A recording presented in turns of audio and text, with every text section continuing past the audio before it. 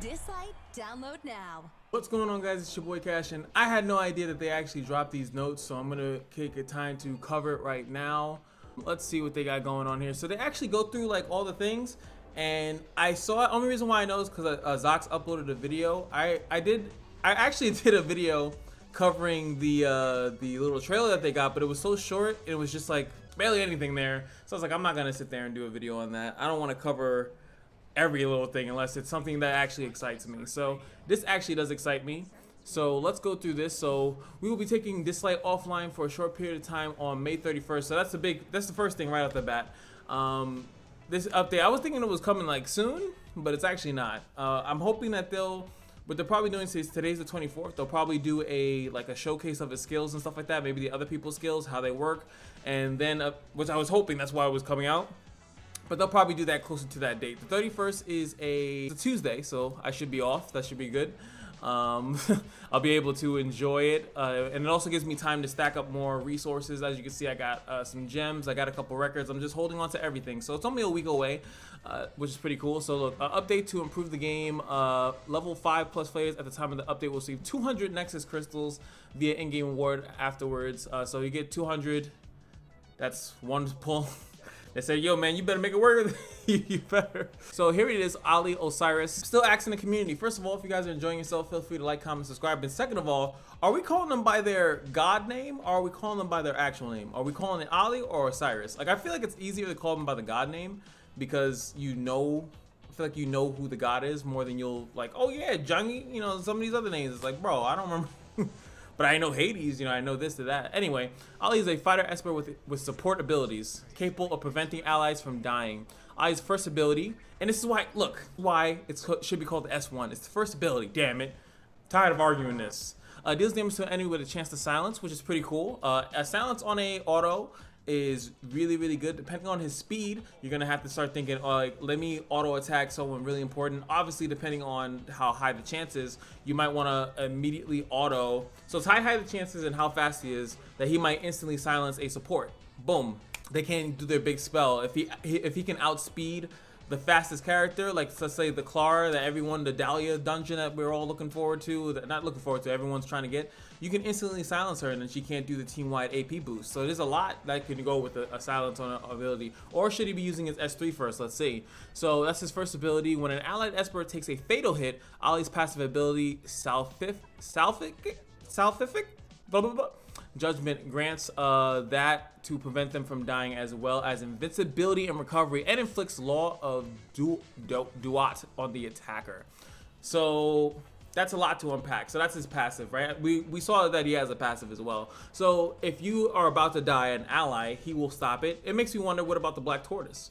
Like, does the Black Tortoise's effect kick in first? Gives himself standoff, and then once that goes, then Ollie's comes in. That's going to be really important to note because you obviously don't want them both to trigger at the same time. And how long does that invincibility last? It doesn't say how many turns. Really important stuff that they're leaving out here, but they probably want us to see it in the grand scheme of things, right? So not only do you get invincibility, you get recovery, and the video I'm about to drop, because I'm doing this in a weird order, the way that I'm recording it, is that I'll be dropping Poseidon's video. So Poseidon will be really good against this character because he'll be able to strip it. I'm assuming that the Salvific, whatever, I'm assuming that's going to be unremovable buff, I'm sure. Now the third ability, Law of Duat, deals damage to an enemy with additional damage based on the target's max HP. That's great for some of these dungeons. Max HP damage is also good for taking out tankier units, and that's why I also assume, because you kind of want him focused. It sounds like you kind of want Ollie on the more tanky, bigger characters that have the annoying stuff. It also inflicts defense down, which we saw, but it also puts taunt, which we did not see. So we did not know that taunt was part of it, but everyone was able to see that it puts defense down. Where did you want him to taunt, though? It makes it sound like, it says that he's a fighter with support capabilities, which it makes sense. He seems support oriented in most of the games that I've ever known him to be in. Osiris is usually not like a super hyper offensive character, so it seems as though you kind of want him to kind of sit in the back. It doesn't seem like he has anything that makes him want to be like super hyper aggressive, or maybe his damage percentages will be high and then he'll be able to get good damage off doing that.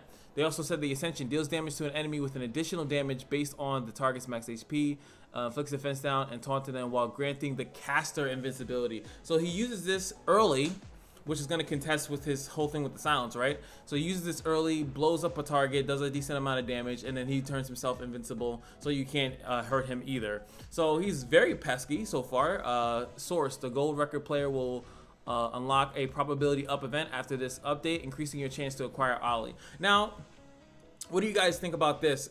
This is something that I'm going to ask as far as the difference between this and Epic 7. Epic 7, when a banner comes out, you specify that that's the only 5-star that you can get from that banner. If you want to get another 5-star, don't summon on that new banner. Now, probability up in this way that they're making it sound like is that it's pretty much like you can get other 5-stars, it might not be Ollie. So I definitely like that change from Epic 7, and I think it should work here. And then they can do other banners that are actually like just a nice slight probability up and you can get anything. But when a new character comes out, it always feels scummy and it feels terrible when you're summoning on a banner and you don't get the character that you want. Either that or you lower the pity or something like that. So we'll see how that works. I think the pity currently was 120 summons, so that's still a decent amount that you have to accumulate in order to get that. I don't even have 120 right now. I don't think that they give enough. You can farm a decent amount of records and stuff like that, but you definitely don't get enough gems to do that from launch till now to have that. You would have had to not have summoned on anything else knowing that this was coming. So far, I think Ollie's fantastic. I think he's a great character. He sounds very annoying, and that's what a support is supposed to be. It's supposed to be, I think I should kill you, but I also think I should kill someone else, but damn, okay, I should have killed you because you did X, Y, and Z. And also, his passive seems to work on allies. I'm assuming it doesn't work on himself. So it may be that you could blow him up. You can blow up Ollie first, and then you won't have to worry about something else, which is great, especially if he does his S3 first, and then he's invincible, and then you can't kill him, unkillable at that point. I feel like they probably showed his stats somewhere. I just don't feel like looking for it. Anyway, so let's go next up to Laura, which is a 4-star Shimmer attuned Esper. Laura is an Esper shut up, who grants shield to all allies and counterattacks the attacker when her shield is destroyed or dispelled. Interesting. So her first ability, shield attack, dispel. This is the big bulky chick, right? So deals damage to an enemy based on her attack and max HP with a chance of inflicting silence. So we got another thing inflicting silence. So, and that's great because she's a counterattack based unit, they said. So her silence is really good, you know. So I think that's a little bit better. And let's see. After each ally takes action, Laura's passive ability, Shield Guardian, grants the ally shield, which absorbs damage based on her max HP. That is phenomenal. The problem with a lot of times with a lot of shield-based characters is that, well, no, with heals, is that they usually have the heal scaled off of the target's max HP. You want it to always be off the caster's HP so you can stack HP on one unit, and then that allows you to have really fat shields. Shield is basically healing. Shield is, if you don't know how this works, shielding is actually technically healing that cannot be blocked by like disease or by heal block. If you give a character a 2000 HP shield, they're basically healed by 2000. Also, it's great because if they are full health, you just gave them 2000 additional HP. So I love this. And it says after each allied Esper takes action, that could mean what if they're fast? You know, if your team is fast, they will get that. Or it means that after each ally takes action, it could be individual. I was reading it as in, like, let's say your team of 5, all 5 of them go, and then boom, you get a shield. Or is it after each time your one Esper takes a turn, she puts a shield on top of it, which is still phenomenal. That means that you can run with fast units, and then she'll give a shield to them after they take a turn, which is great. You have to buff block, pretty much. You have to definitely have buff block, and I don't think there's AoE buff blocking. There's AoE stripping in the game, but I don't think there's AoE buff blocking in the game as of right now. Ascension, when an allied Esper's shield is destroyed or dispelled by an enemy that has a chance to counterattack. A chance, that doesn't mean it's guaranteed. Also, that also means that it's pretty good. That means that you can run the shield set and do that as well. But it's also nuts because it doesn't say it's her shield. So let's say you run it with Berenice and you have other characters that give out shields. Literally, she'll still counterattack off of that, which is again putting a silence out there. Fantastic. I love that. Really good. And we haven't even got to the third ability. She might be my favorite. Ollie's pretty good, but I love this as a 4-star. Laura's third ability, Iron Wall, grants a shield and crit resist. Okay, I don't think crit resist was in this game yet. This might be the first character that has it. If the target already has a shield, increases shield strength, so it makes it stronger. Can be drawn from gold record players, so you have to summon her in order to get her. That kind of sucks, but I like her. I definitely would love to try that out. I love tanky, counter-attacky units. If you guys know me from Epic 7, I always love that. Let's read Nicole. She's Nephistus, a support Esper who can revive and take damage for allies while granting them defense up, invincibility, and other buffs. Oh my god. The other two were perfectly fine. Well, then again, you don't want defense up and invincibility on the same time. That's stupid. So first attack is Spiral. Spiral Strike deals damage to an enemy based on her max HP with a chance to inflict Sear. So that's fantastic. I love that. HP scaling Sear debuff. Yeah, that sounds nuts. Second ability is Dead Man's Protections grants Soul Guard to an allied Esper. Ascension. When Soul Guard revives a allied Esper, Nicole immediately grants them standoff and could you stop? This is so annoying. But it's gonna help people like me who are struggling and don't really have revives and stuff like that. That's fantastic. I already see source can be drawn, so I'm not guaranteed to get this character whatsoever. And then they say Soul Guard. Part of the damage taken by the carrier will be redistributed to the caster. The carrier, when dies, revives immediately and restores a certain amount of HP based on their max HP. This buff expires on the caster's death. So she's HP scaling, so she's going to be tanky. She can take those hits all day. Again, same thing with Laura, and same thing I'm going to have to say with Nicole. It definitely is based on how much HP and how much speed they have. Because if you can get this second ability off right in the beginning, that's phenomenal. You're going to need stripping. This is crazy amount of buffs. I'm assuming Soul Guard might be undispellable or unstrippable, but it's insane right now so far for what I've read. Nicole's third ability, Spinning a Wrap, deals damage to all enemies based on her max HP. Ooh, granting defense up and invincibility to all allies and Soul Guard to the ally with the lowest HP. Oh, so she has two skills that give soul. That's kind of nuts. Now, granting, like I said, defense up and invincibility is absolutely stupid unless invincibility is for 1 turn and defense up is for 2. And now that would make more sense to me. And normally that's what it is. Usually you don't get multiple turn invincibility. It's usually like 1 turn. So giving a defense up after that seems pretty cool, or like it lasts longer. I don't think I've seen any character that has a 3-turn buff so far. Maybe I'm just unaware. But that's pretty good. So she's nuts. Nicole's nuts. I love Nicole. I love I think like Ollie's nice, but the 4 stars seem a lot better. At least more interesting to me. So next up is going to be Meredeith Skilla.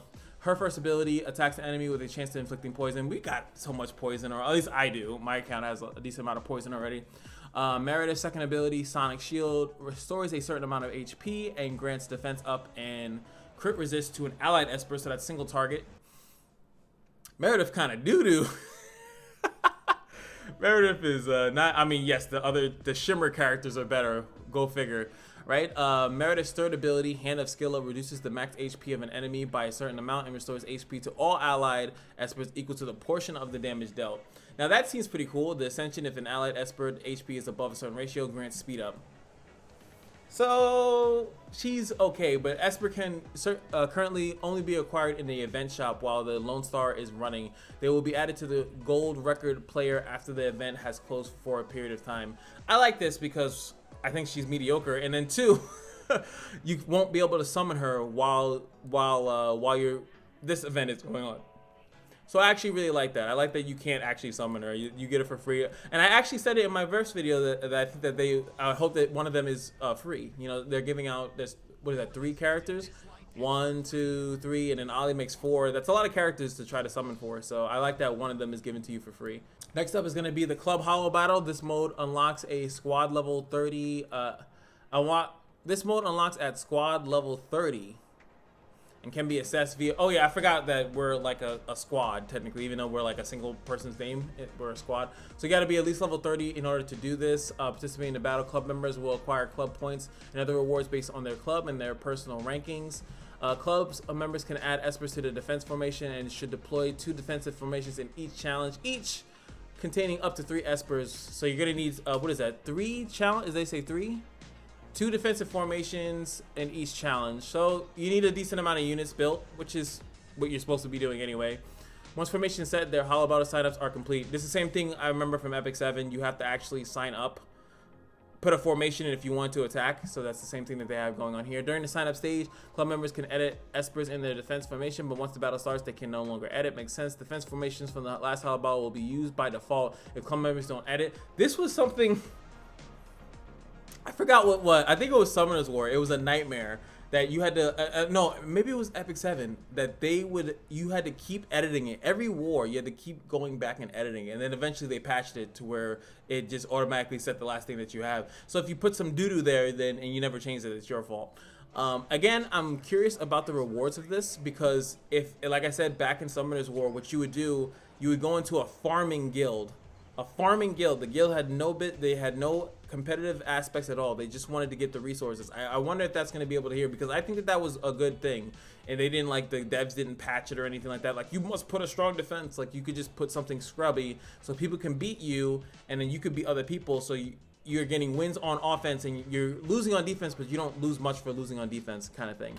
Let's see. Club members are individually signed up for by setting up their own defense. When sign-up stage ends, if 10 or more members, participants, the club successfully signs up and start to wait for. So you have to have at least 10 people, or else it won't go through. So you're gonna need an active guild. So again, I'll say it one more time. I only got like 2 people that said that they want a guild. If we need to make a guild for the channel, I'll do it, so we can at least have 10 people that will play, because it's going to be, I already know there's going to be a lot of people quitting guilds, looking for more guilds, because they don't have enough 10 people to do this, and usually the rewards are usually good. Clubs will be matched with a suitable opponent on Monday. Each match lasts for 2 hours. 2 days, sorry. A total of 3 matches take place each week, and the club score can fluctuate depending on the match results. Each match will grant participants 3 Hollow Battle certificates. Participants can spend a Hollow Battle certificate to attack any enemy Hollow Point and win Hollow Cup scores for their clubs. The sooner they destroy a Hollow Point, the more Hollow Cup scores they earn. Fallen Espers and attack formations cannot be used again in this match. So if your things die, you're screwed. A player can't attack the same enemy repeatedly. That makes sense as well. This is going to be also important, something that I'll have to trust, or so hopefully someone tests it out for you guys before I do, is that normally what you want to do here is that if your Esper is going to die, you could forfeit the match and then you keep them. So like if you have a really strong team, you let that Esper, you say, I'll surrender, but I want to keep my Li Ling, I want to keep my Sally, I want to keep my Dahlia. So that's usually pretty good, if that's allowed. You know, hopefully they allow that to happen. Or you just surrender and you lose all 3 of your units. That'd be nuts. Because sometimes this is going to come down to speed or resistance, right? So let's say you go with a CC start, you attack, your CC doesn't land, and then they go, and then you see that their CC lands. You kind of like, well, I lost. You know, you don't want to sit there and be like, let me play it out. Like, no, you probably lost. So there's that. When the club, this is important, when the club wins a match, its participants will obtain rewards based on their Hollow score rankings for this match. Please note that only those who have earned points through attacking will be rewarded. If the club loses a match, no rewards for this match will be issued. This is interesting. Now, I don't know if this is going to be like the live version, so it's like both are fighting at the same time. Like, you have the Hollow Cup stuff that you get, but if the other team loses, then they just get screwed out. That's going to be interesting. Once all 3 matches have finished, weekly results will be calculated, and participants will obtain their club ranking rewards. I wonder, like I said, it's really important to know if you can make a farming guild or farming club in order to just lose on purpose to certain people, but when you're attacking, you winning.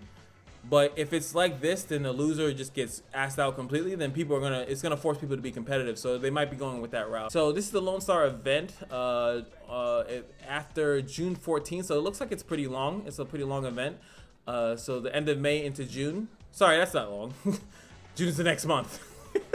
It's a 2-week event, so I mean, it's still pretty good. But yeah, 2-week event. Event master will unlock complete stories and stages to redeem the Meredeith and other rewards. There are 2 events master: the Oasis and the Chase. The latter one, it probably has story in it as well. The story and event stages grant you Oasis crests and ancient coins. You can use them to redeem rewards. Ollie's clues: you can get clue items by clearing story stages on event maps. Use the clue items to unlock a clue in Ollie's clues. Yada yada yada, all this good stuff. Ollie, this is the banner itself. This is important. During the event, the probability of summoning Ollie from Golden Record Player is increased. The chance of getting Legendary Ollie is doubled during the event. The bonus is doubled. That must, yeah, they're pretty much saying that you can summon other legendaries while you're summoning for him.